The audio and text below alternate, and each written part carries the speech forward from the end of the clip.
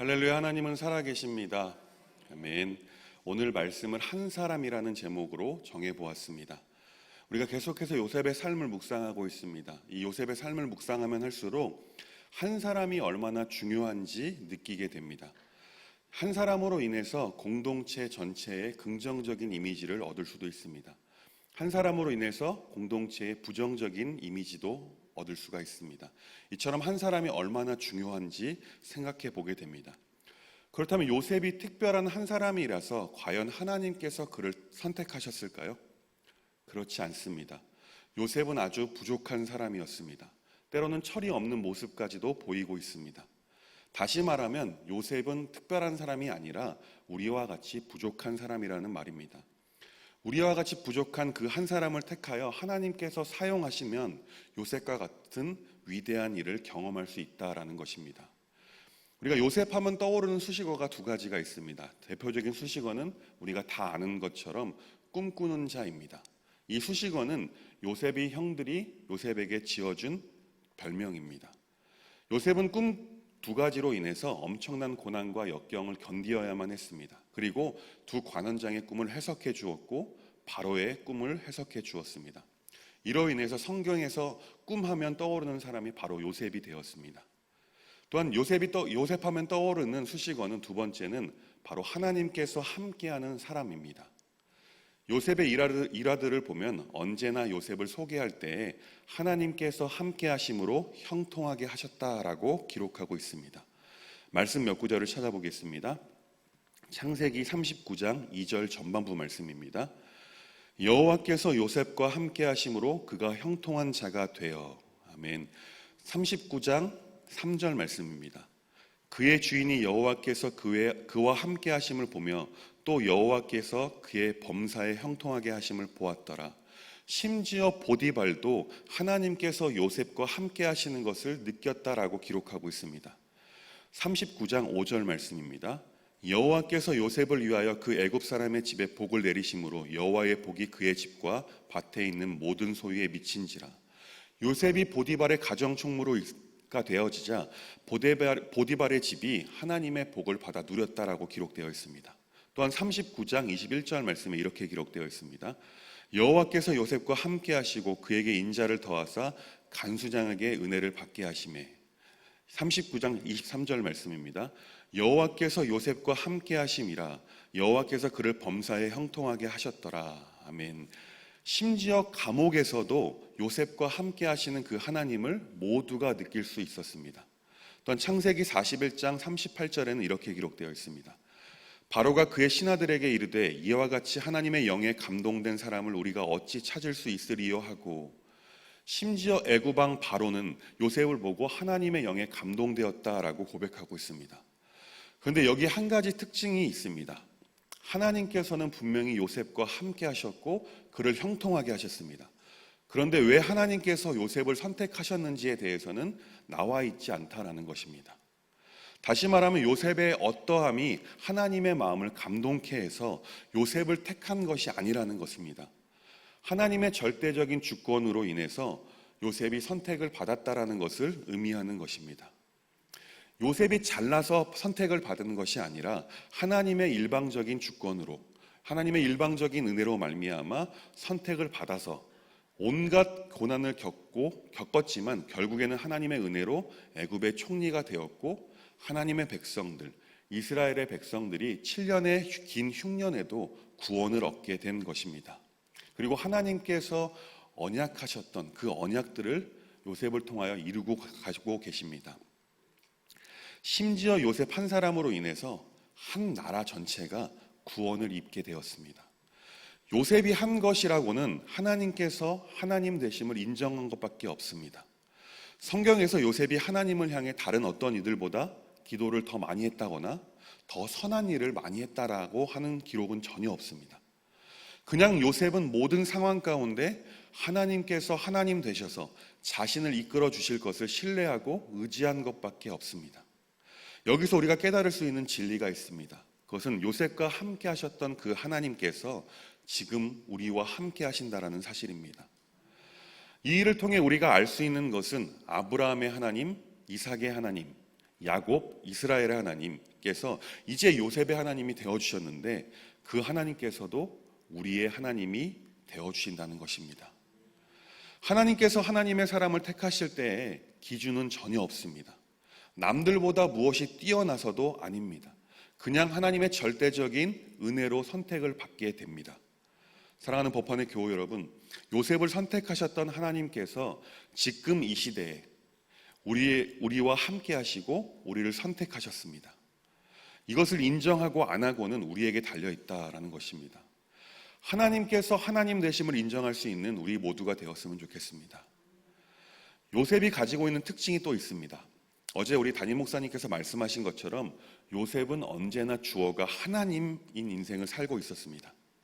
이것은 모든 일에 자신을 감추고 하나님을 드러내는 삶을 살았다라는 것을 의미합니다. 그럴 수밖에 없는 것이 요셉의 삶을 보면 유년 시절까지를 제외하고는 철저하게 객이되었습니다. 그래서 이방 나라에서 누구 하나 의지할 수 없는 삶을 살아가게 되었습니다. 그렇기에 요셉은 그 누구보다도 하나님께서 자신을 인도하고 계심을 뼈저리게 느꼈을 것입니다. 그렇기에 요셉의 삶을 통해 드러난 선한 일들을 통해 요셉은 하나님께 영광을 돌려드리는 삶을 살 수가 있었던 것입니다. 그의 모범적인 행동이 애굽왕 바로를 감동시켰습니다. 또한 요셉의 고백에 따르면 하나님께서 은혜를 베푸셔서 바로의 아버지와 같이 되었다라고 말씀합니다. 이 바로에게 두터운 신뢰를 얻게 되자 요셉의 가족들도 바로에게 은혜를 입게 됩니다. 한 사람이 한 가정을 살리게 된 것입니다. 하나님 앞에 바로 선 한 사람이 이스라엘의 백성들을 구원을 얻게 한 것입니다. 본문 16절부터 20절까지의 말씀을 보면 바로가 요셉의 가족들이 애굽에 왔다는 소식을 들었습니다. 소식을 듣게 되자 바로와 신하들이 기뻐했다라고 기록되어 있습니다. 심지어 요셉의 가족들에게 애굽의 좋은 땅을 주겠다라고 말합니다. 또한 애굽의 기름진 것을 먹고 애굽 땅의 좋은 것이 다 요셉의 가족의 것이다라고 말하기까지 합니다. 이것이 다 한 사람으로 인해 이루어진 일입니다. 하나님께서 함께 하시는 그 한 사람으로 인해 온 열방이 구원을 얻게 되는 그 첫 걸음을 그 걸음의 일부가 되었다는 것입니다. 하나님께서는 요셉을 선택하셨습니다. 그리고 그의 전 삶을 통해서 하나님께서 하나님 되심을 나타내셨습니다.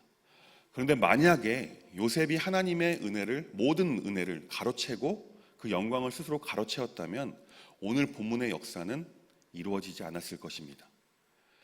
철저하게 하나님을 인정하고 하나님의 영광을 가로채지 않는 모습으로 인해 놀라운 하나님의 구원의 역사가 이루어지고 있는 것입니다. 오늘 말씀을 준비하면서 우리가 살고 있는 이 시대에도 요셉과 같은 그 한 사람 너무나 중요하다라는 것을 느끼게 되었습니다. 한 사람이 한 공동체의 운명을 좌우하게 됩니다. 코로나가 터졌습니다. 그리고 잘못된 한 사람으로 인해서 기독교 전체가 세상의 지탄의 대상이 되어버렸습니다. 뉴스나 기사를 보면요, 기독교, 개신교, 어떤 한 교회가 지목되면 그 기사의 댓글에는요 엄청난 욕이 쏟아집니다. 근데 그 뉴스들을 보다가 한 기사에는요 이런 댓글들이 달렸습니다. 저 교회 어디 있는 거야? 우리 지역에 있으면 저 교회 꼭 가보고 싶어. 진짜가 나타났다. 멋진 목사님 감사합니다. 등등의 댓글이 달리는 것을 보았습니다. 그 기사의 내용은요, 한 목사님께서 8월 21일 날 자신이 심무하시는 교회 정문에 수기로 글을 하나 써놓았는데 그 글이 믿는 사람이건 또한 교회의 적대감을 가지고 있는 사람이건 간에 다 칭찬을 하는 모습을 보았습니다. 그 글의 내용은 이렇습니다. 예배드리면 죽인다고 칼이 들어올 때 목숨 걸고 예배드리는 것이 신앙입니다. 그러나 예배 모임이 칼이 되어 이웃의 목숨을 위태롭게 한다면 모이지 않는 것이 신앙입니다. 모든 모임 잠정 연기, 가정 예배 전환이라는 글이었습니다. 이 목사님의 개인적인 소신의 메시지가 모든 기독교가 욕을 먹는 시점에 기독교에 희망을 주는 그런 메시지가 되었습니다. 이처럼 한 사람이 너무나 중요한 시대 속에 우리가 살아가고 있습니다. 우리의 삶에도 마찬가지라는 것입니다. 우리 한 사람으로 인해서 우리가 속해 있는 교회가 욕을 먹을 수도 있습니다. 우리 한 사람으로 인해서 우리 법한교회가 이 지역사회 가운데 칭찬을 얻을 수도 있다는 것입니다. 요셉의 한 사람으로 인해서 온 가족이 구원을 받게 되었습니다. 또한 은혜를 경험하게 됩니다.